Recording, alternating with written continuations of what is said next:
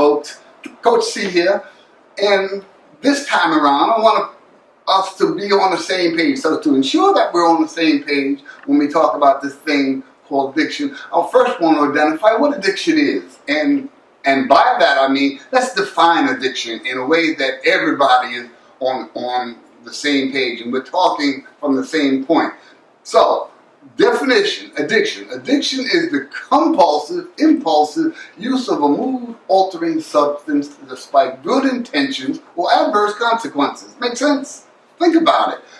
Good intentions, adverse consequences, compulsivity, and impulsivity.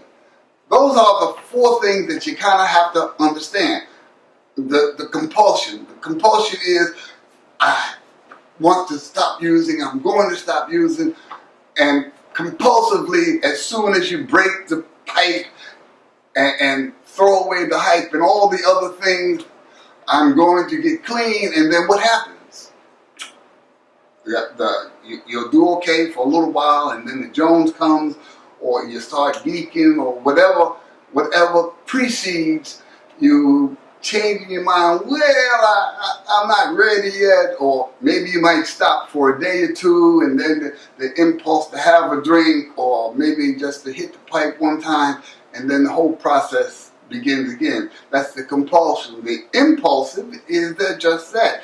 The impulse, you walk down the street, and you see an old buddy, say, man, I got that thing, or you walk by the park, and you see a dirty needle in the grass, and you think about, oh wow, and all the thing, and before you know it, you're back doing the same things you used to do. That compulsive, impulsive use of a mood-altering substance, despite good intentions. Good intentions being, I'm not going to use. I'm going to school. I'm going to work. I'm going to do whatever. That's the good intention. The adverse consequences are, if I don't do it, here's what's going to happen. You know, I'm going to jail. I'm going to lose my job. I'm going to lose my family. All of the consequences that you realize or will realize as a direct result of your continued use. Compulsive, impulsive use despite good intentions or adverse consequences. Yes, I know we say that's not going to happen to me. But think about it, the very first time that you began using whatever your drug of choice is. And I don't really care what your drug of choice is. Drugs are drugs. And as long as you use, the process is, and I'm not one who puts labels, I don't know if you're addicted, I don't know if you're an addict. I don't care. My focus is if the behavior creates a situation that creates a problem in your life, then there is a drug problem.